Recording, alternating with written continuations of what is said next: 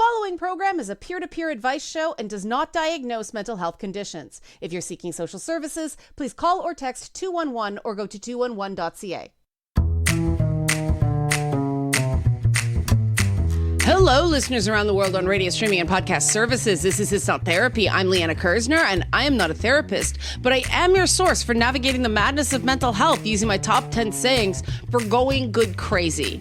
And this episode, our guest, Courtney Kocak, we pre-recorded the interview quite a few weeks ago. And so I knew I was doing this show this week after I finished up with the AI stuff, but as luck would have it, I had experiences that tied in. And so that's where we're starting today, talking about, you know, the depictions of people in media and the impact on various people's self-image. I really enjoyed Sinners when I saw it. And I really enjoyed Guillermo del Toro's Frankenstein when I saw it. So I'm like, all right, let's enculturate myself. Let's watch more, you know, Best Picture nominees at the Oscars. I've heard a lot about Marty Supreme, you know, with Timothée Chalamet. And I liked him in Dune, and I liked him in the Wonka movie. Okay, let's go. And then One Battle After Another. Sure, it's getting a lot of buzz for science. Okay. You know, Leonardo DiCaprio, Sean Penn, and then, Benicio del Toro. I actually thought of all the male actors in the movie, I actually thought his performance is best. I don't know what's going on with people just praising what Sean Penn did. I was confused. But I was really surprised because I'd seen promo after promo after promo for this film because it was on before Superman in theaters. And I saw Superman in theaters, like, was it 3 times, 4 times, something like that. And the trailer for One Battle After Another was there. And every time I'm like, what is this movie about? But okay, Tiana Taylor looks cool. I was really surprised at how little she was in the movie. And the most memorable thing to me, well, one of the most memorable things about the movie was the presentation of Tiana Taylor's butt.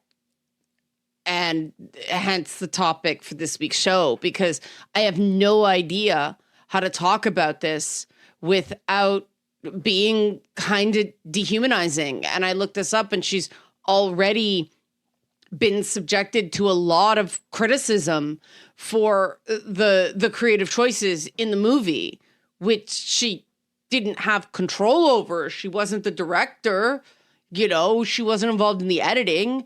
I thought she was good. And like, that was the part. Okay, not her call. And she's defended it. And I understand her position. It's just undeniable that the character is more over-sexualized than she had to be. And not even had to be.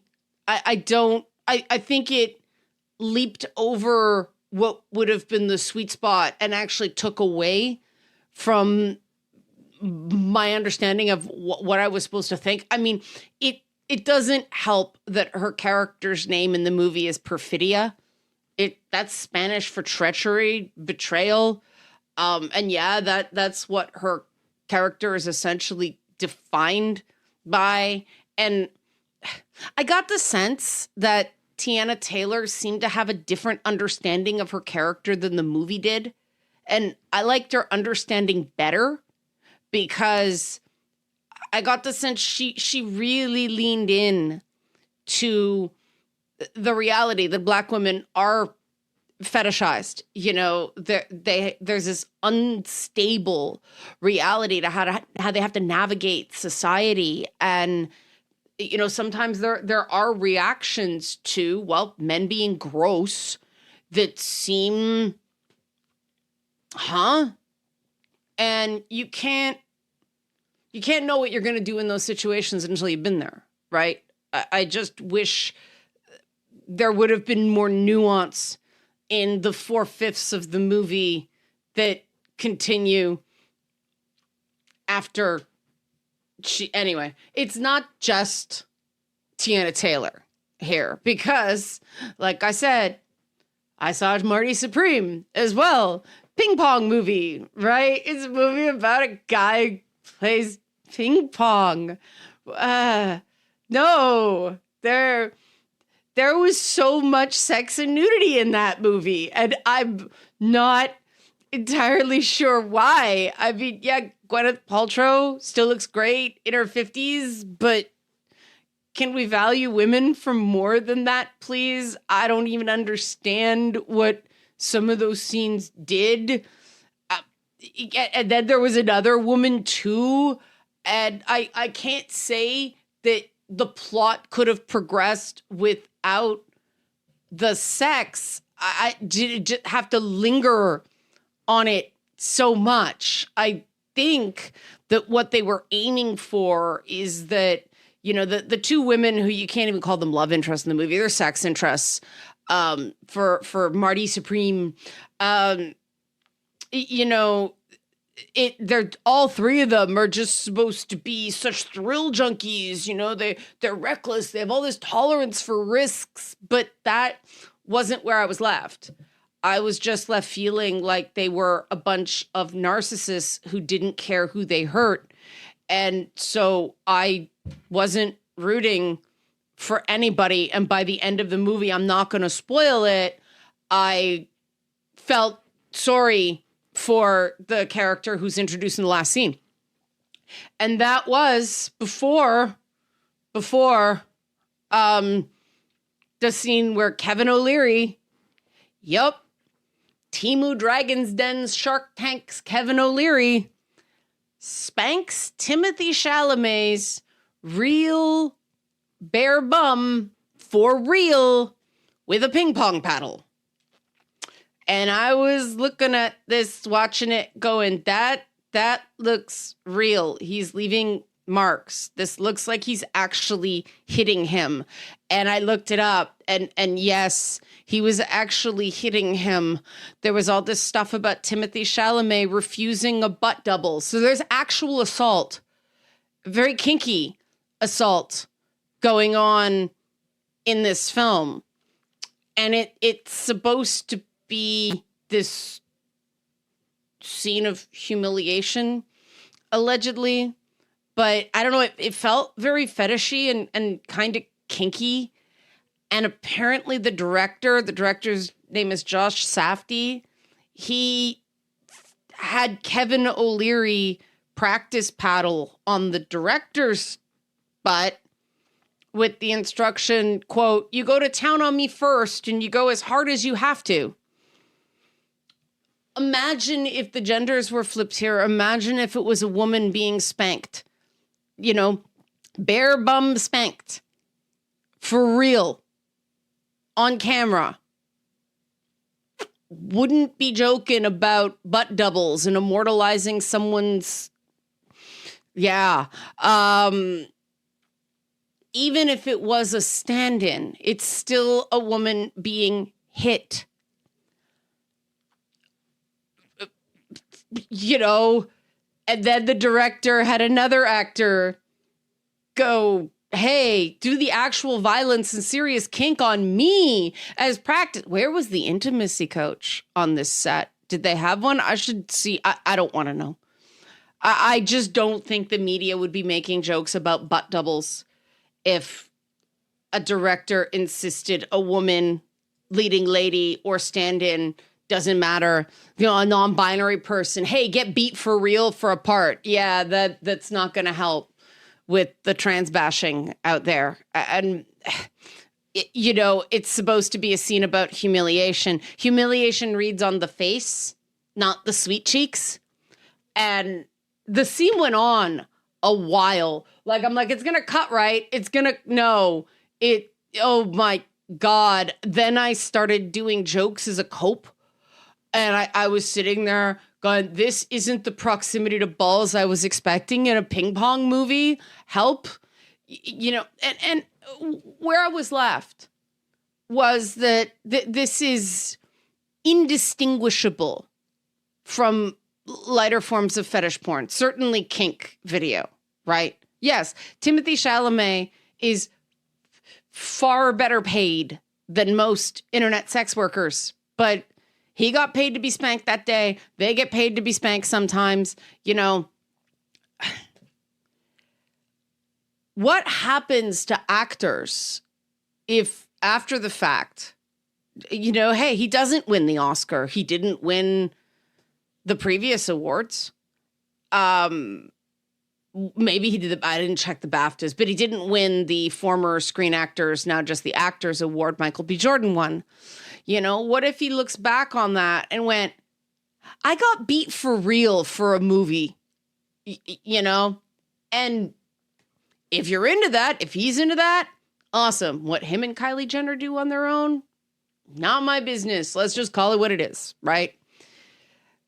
Now, it just felt, and I'm closer to this than most people because I did a TV show. It was called Ed and Red's Night Party. It had porn stars on it and girls in hot tubs and dancing girls and all that stuff. So, I mean, we called it what it was, right? A fun time on a Friday night. But so to me, who obviously is not a prude about this stuff, it just seems to me like those two directors, Josh Safdie and Paul Thomas Anderson,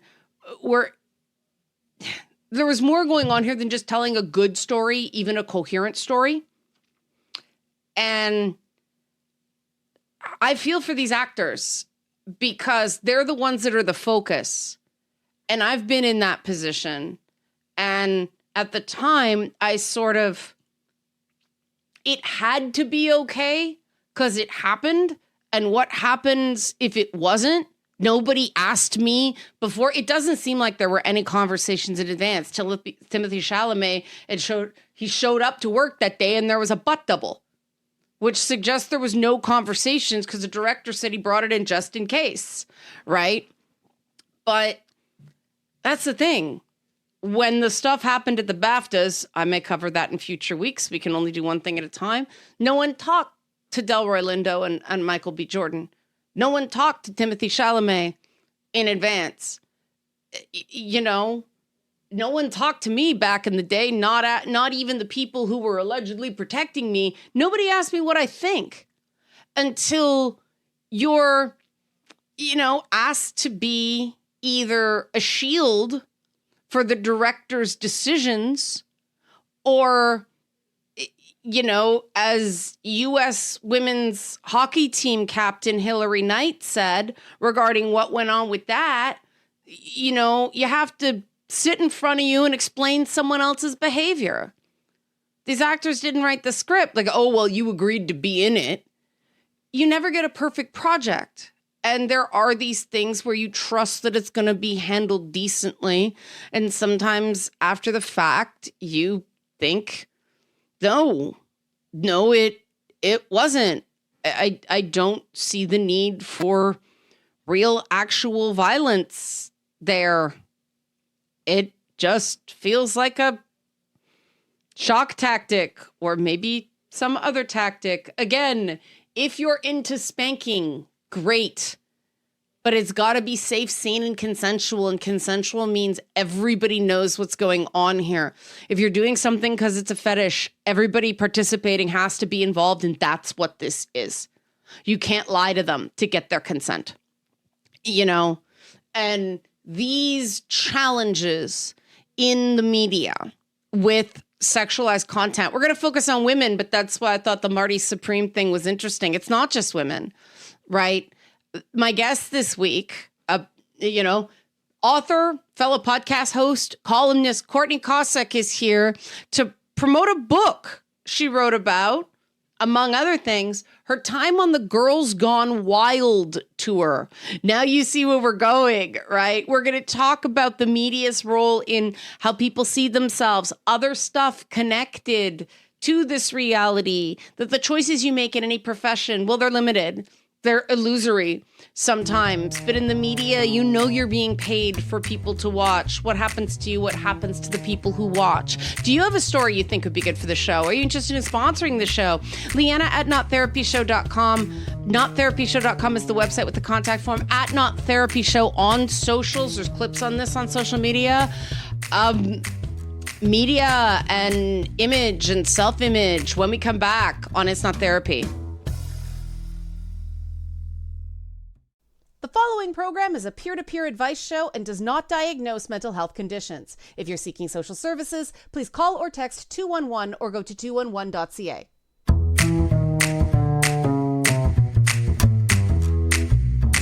We're back on It's Not Therapy. I'm still Liana Kersner. I'm still not a therapist. Guys, I told you before, off the top of the show, I am excited for this guest. I have Courtney Kocak. Her bio's long because she's done a lot of stuff. She's a writer, a podcaster, a comedian. We have a lot in common. She splits her time between Austin and Los Angeles. We do not have that in common. I don't know how she copes. Amazon Emmy-winning animated series writer, Netflix, written for the New York Times, Washington Post, Los Angeles Times, Slate, a ton of stuff. She hosts the podcast Private Parts Unknown. And the reason Courtney is here is she has written a memoir called Girl Gone Wild. And she's here to talk to us about the media's effect on self-image. So, Courtney, big topic, brave topic. Thank you for being on It's Not Therapy. So where do you want to start with this? Because we were talking before we went on air about we have sort of similar backgrounds regarding the time and the type of media that we used to work in. How did that, were you interested in the effect of media on people before that, or did your personal journey get you interested in this? I think it was really my personal journey. I mean, I was interested in media because I wanted to be an actor before. So that's really what I was paying attention to and thinking about. Oh, I want to like cry for a living. Oh, wow. Okay. Okay. But then, you know, I had these early 20s experiences, like baby 20s, you know, 20, 21. Of when you're technically an adult, but not really.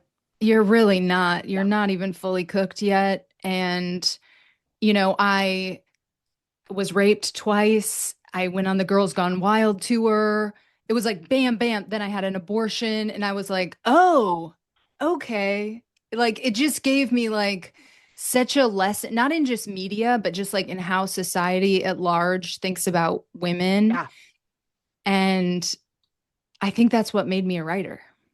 Really? So you had the opposite to me. I was a writer, ended up on camera, started doing like the Panama City Beach spring break thing, and then came back to this sort of, is it any wonder I'm in mental health stuff?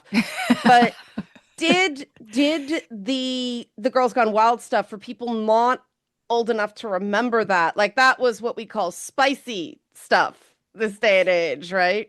I think, you know, it had this like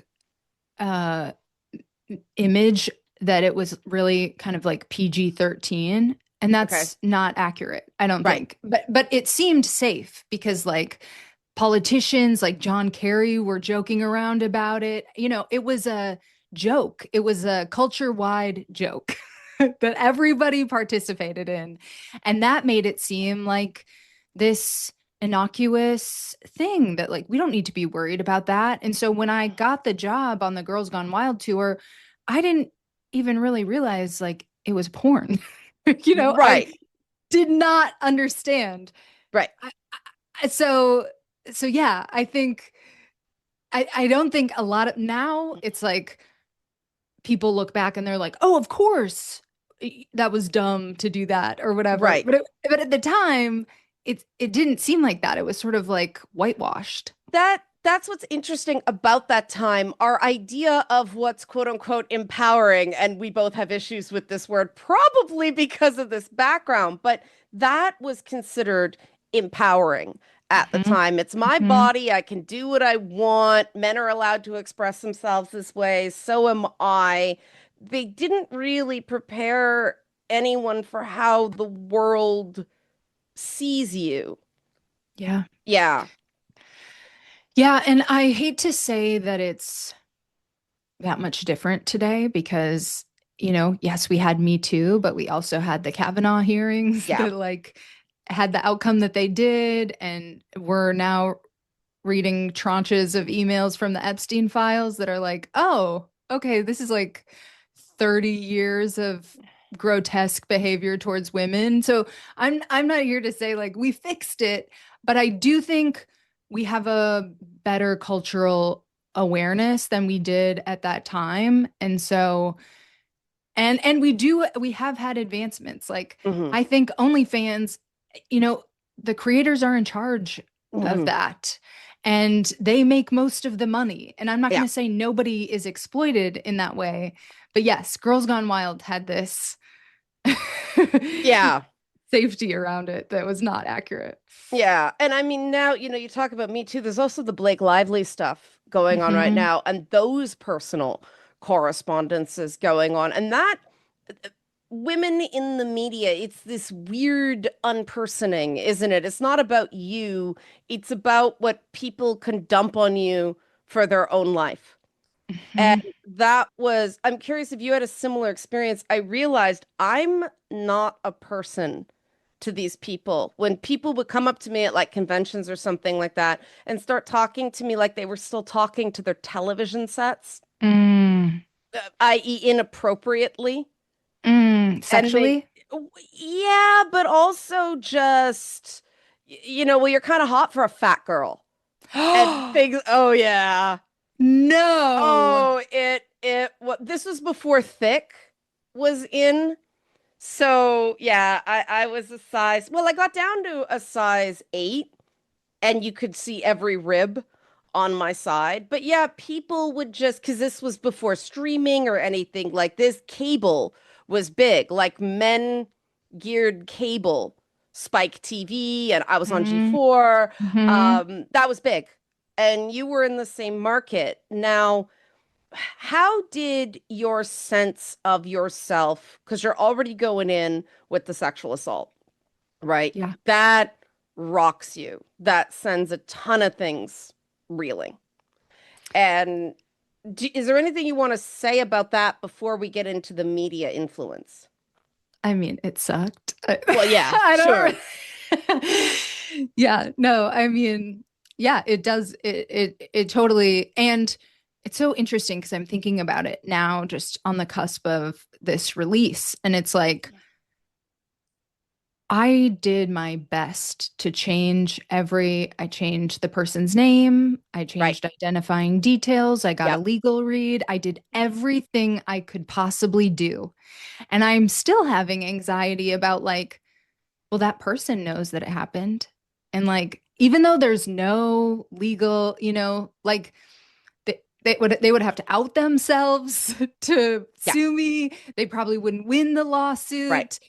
But still, it gives me anxiety because we live in this victim blaming culture where if you're anyone aside from Giselle Pellico, who had to fight like tooth and nail with a whole like documented abuse, like gross documented This is that 50 French people. case, right? That Yes, went to yes. trial. Yeah, yeah, yeah. I understand why you're avoiding the details because it is, yeah. It's And even horrific. then, she had to really push to get anything done there.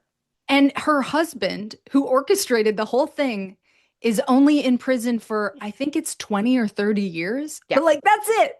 yeah, You can do the most grotesque thing and get caught, and still almost nothing is going to happen to you. yeah. So I sort of have been just having anxiety earlier today about Mhm. just like, oh man, it sucks that this thing happened to me. And this is still my fear that Yeah. like that's going to be the outcome. I don't know.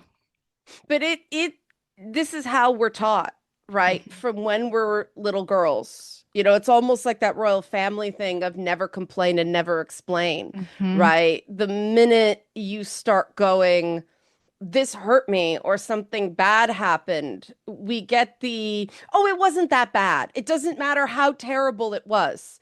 I know women who are diagnosed with cancer and get well, it's at least it's a good kind of cancer, right? We're sort of trained that way. And when I pitched this show, the people I pitched it to, every woman was like, I just want to say something sucks.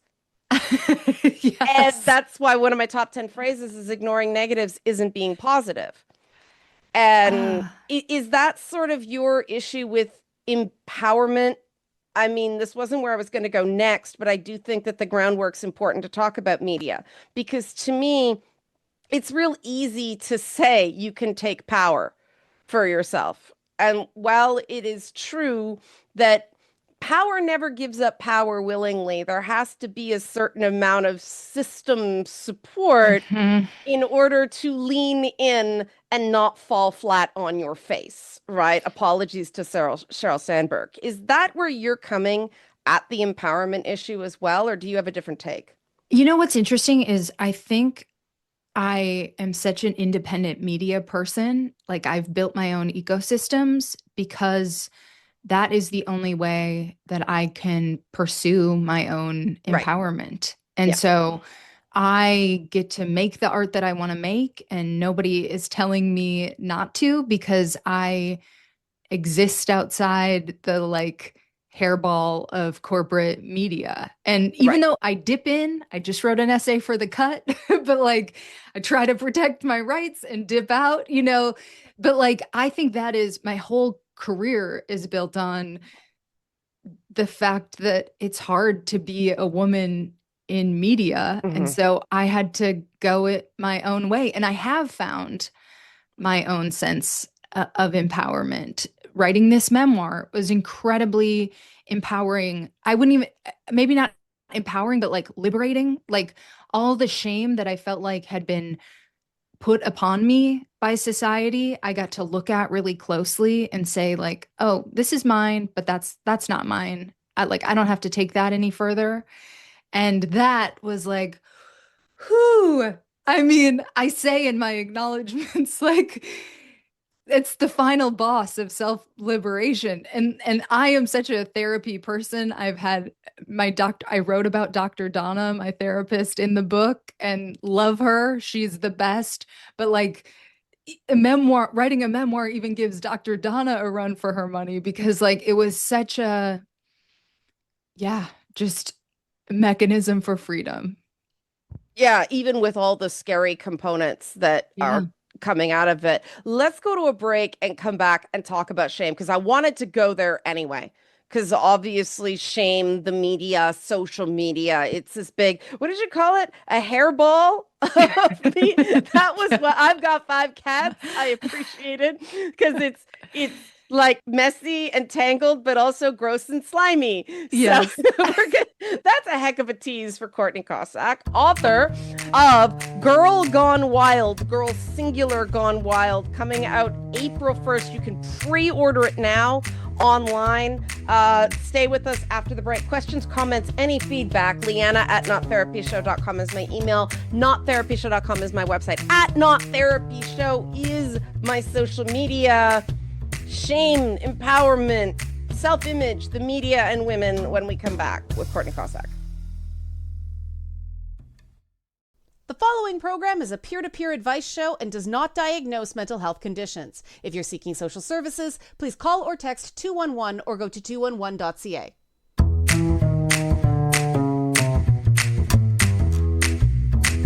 We're back on It's Not Therapy. I'm still Liana Kersner. I'm still not a therapist. We are still in the interview. We are still with the very, very open Courtney Kocak. And before the break, we got into shame. And the liberation, the freedom of writing your memoir, Courtney, Girl Gone Wild. Now, what was different to start? Because you've done a lot of writing, right? You've written for the New York Times, you've written for The Cut, you've written like all these things. What's different in doing your own book as opposed to that short subject stuff, other than just the length? The length is big, and the like holistic Okay. aspect of it, because Girl Gone Wild is a memoir in essays. I think that's the perfect first book format, honestly, because you can start to write things individually, and I did start to write things as I was ready to write them, and then I would see the gaps and I would, see what was missing in between that I needed to address. And then in the final revisions, I could really deal with the whole thing. And that's where really you're making the connections. And I was really able to look at like my whole life up to 40 and be like, okay, that's what it was, you know? And life doesn't line up neatly. Like that's the No. problem with doing biopics and things like that. So there's those little essays can really focus on, well, this theme here and this theme Hmm. here. Hmm. With shame, I mean, I described my career in media is going from, an ugly but smart nerd to a dumb slut on TV and then back to an ugly nerd. I'm the same person. And were you in the era where you had to put your weight on the top of your resume? Your weight, your measurements, Yeah. as well as your age. And I had problems because I don't look my age. It's really weird the boxes Yeah. that they put you in. Yeah, and I mean that's part of where the shame comes from, right? Yeah. The body stuff was really hard for me. I'm still unpacking it to this day.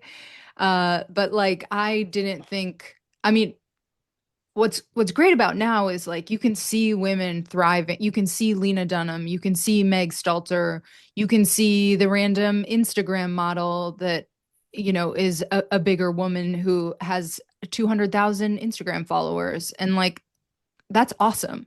I wish I could have seen that growing up because they were making fun of Jessica Simpson for weighing maybe 130 Yeah. pounds.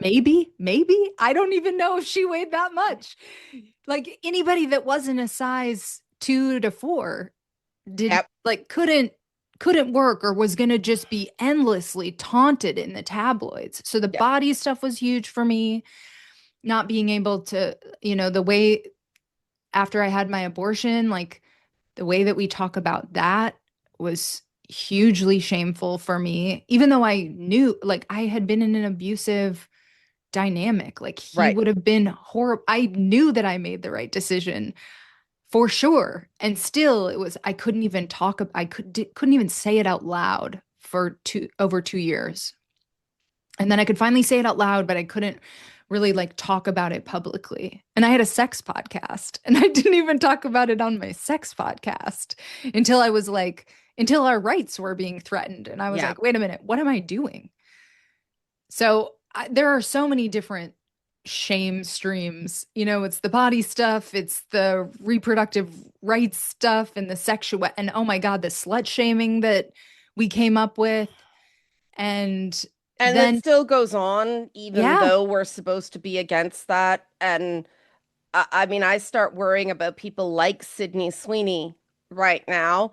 Objectively beautiful woman, really defined by it, even though she's got real acting chops. It just Hmm. seems like everything's about, the good genes thing.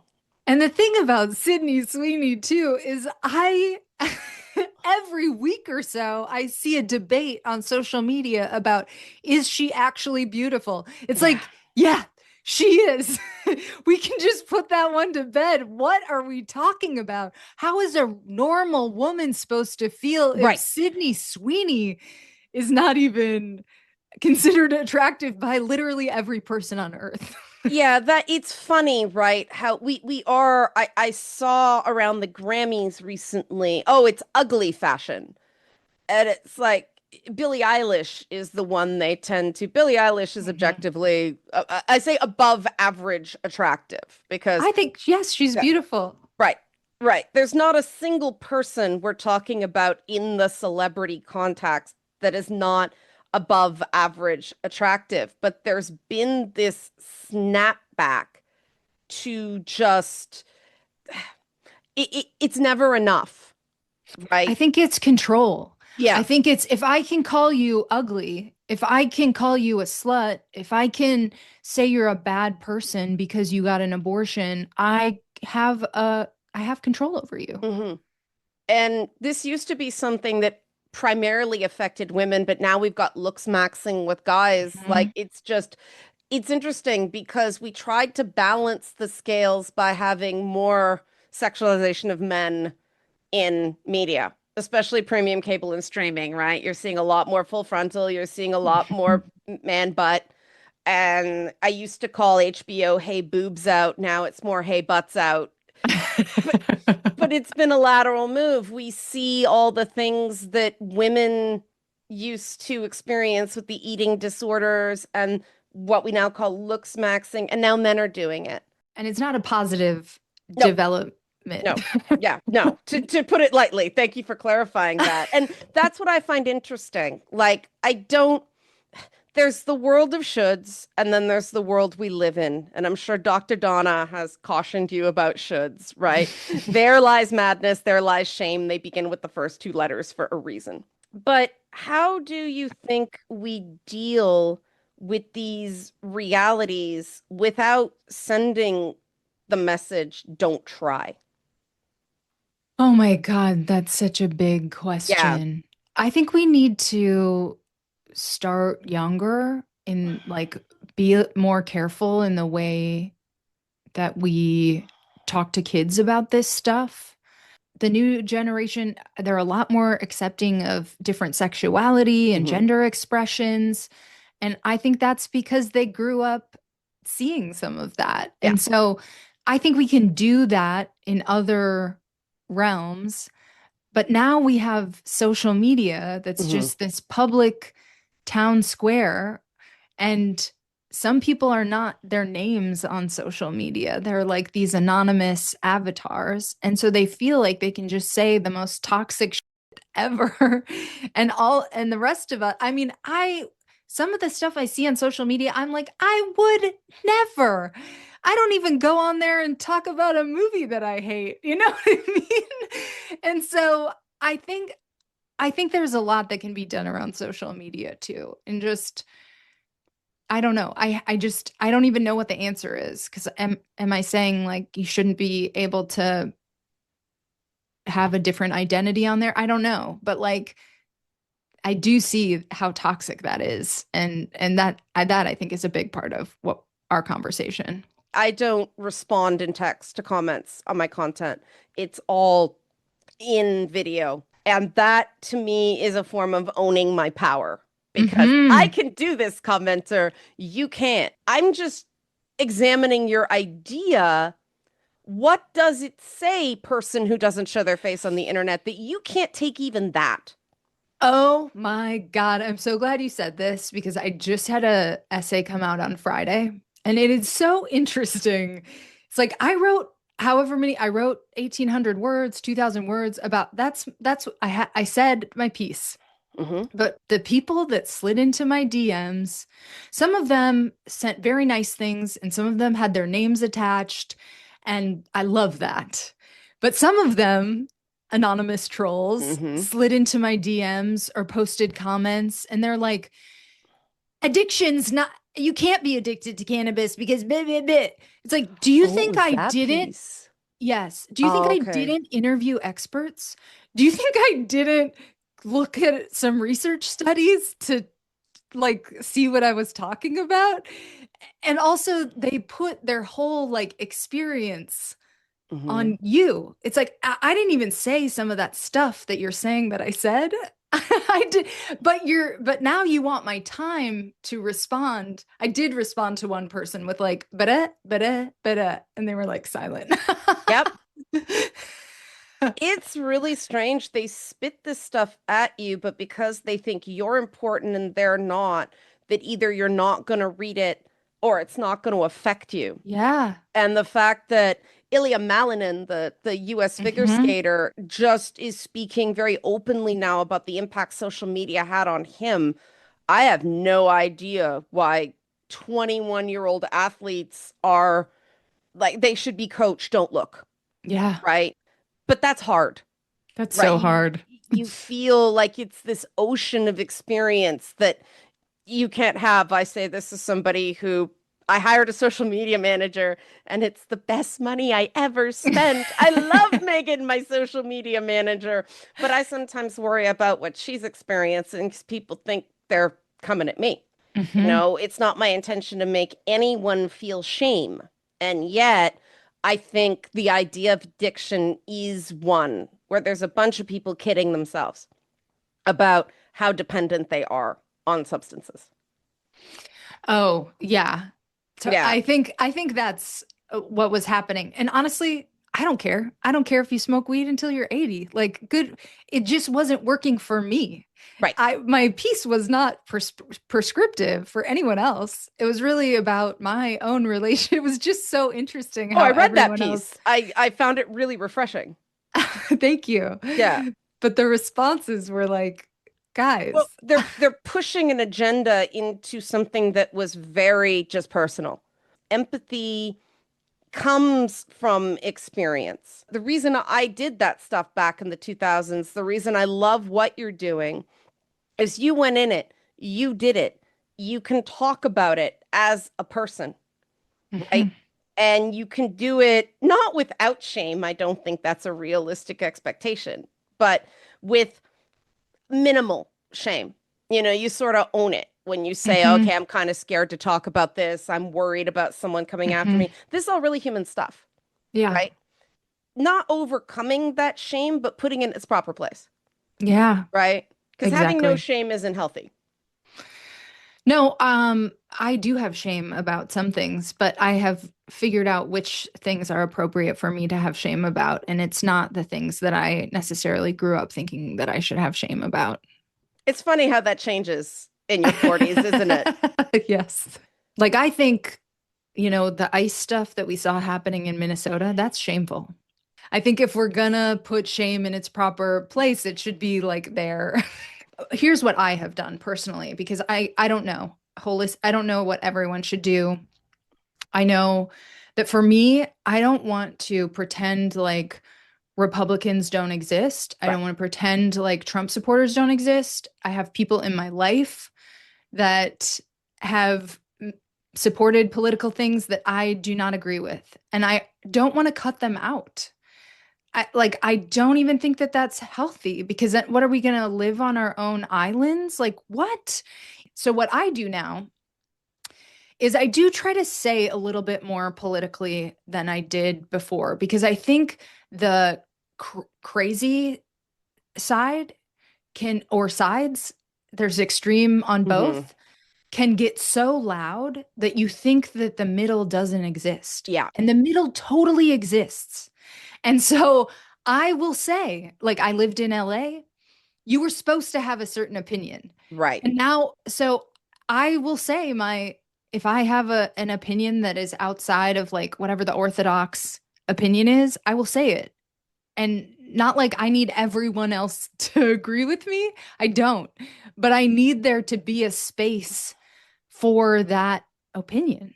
And like, I think I just don't want to get drowned out by crazy people. We need to get back into disagreement instead of this outrage addiction.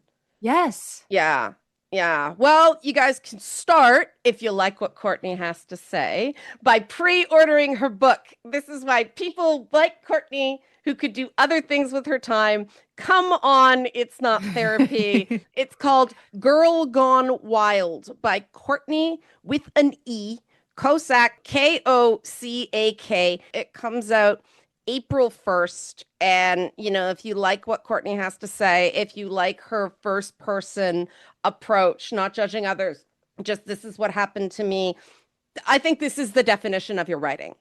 Like, I see this, that it's just, hey, this is me and you can be you. And that's can be cool. So, Courtney, how else can people find you? I'm CourtneyKocak.com. If you want to see all my various things, I try to keep it up to date. I'm at Courtney Kocak on all the social medias, even the ones that pain me. Yeah. I host a podcast called Private Parts Unknown, which are really conversations about love and sexuality and all kinds of things in life. And it's really about kind of reducing shame and stigma in that realm. And Thank you so much for having me on. I really enjoyed our conversation. All right. When we come back, final thoughts, questions, comments, any feedback. Hey, what's Courtney's spelling of her name? Liana at nottherapyshow.com is my email. Nottherapyshow.com is the website. At Not Therapy Show on social media. When we come back, like I said, final thoughts on It's Not Therapy. The following program is a peer-to-peer advice show and does not diagnose mental health conditions. If you're seeking social services, please call or text 211 or go to 211.ca. We're back in It's Not Therapy. I'm still Liana Kersner. I'm still not a therapist. We are still talking about the media, self-image, shame, what's going on. Courtney Kocak was on before the break. She was great, really great to talk to. She made a comment early on in the video that was a great line. She said, all this stuff is a culture-wide joke. And it kind of is, right? We've got this 3 buckets of stuff. We've got, well, I guess 4. One is stuff that we obsess over that really isn't that important, like who wins an Oscar. And then we've got stuff that is important, but maybe not as important as we're making it into. And then we've got the stuff that maybe should be more important than we're making it. And then there's the stuff that is just so bad that nobody really knows what to do. And I think that it's not that people don't care. It's just so overwhelming that everybody retreats back to the other 2 buckets of, or 3 buckets of stuff. It's way easier to pick apart an award show dress than it is to deal with, the very real and scary things going on in the world that can make us feel like what is right, what is wrong, what is moral. And that can be very, very challenging. And that's when we go back to values. And I do think it's very important to find out why someone did what they did. Going back to listening to Tiana Taylor's comments on why she played a character named Perfidia in one battle after another. The why is essential, and the why is how we can bridge these gaps from people who probably have some similar values to you, but other elements of their value systems can be very, very different. Values still have value. Ask why instead of just throwing something away, though I wish I could dump my memory banks of some of the movies I've been watching lately. Unsee, can't overshare. Anyway, questions, comments, any feedback, Liana at nottherapyshow.com. Nottherapyshow.com is the website. Not Therapy Show. Right, Not Therapy Show on social media. Sorry. Mike, crazy kind of hurt me this week with my choice of movies. If you like these movies, that's cool, man. I'm glad somebody liked them. For me, I was just not prepared. My crazy hurt me. That's a problem. Your crazy is only a problem if it's hurting you. Talk next time.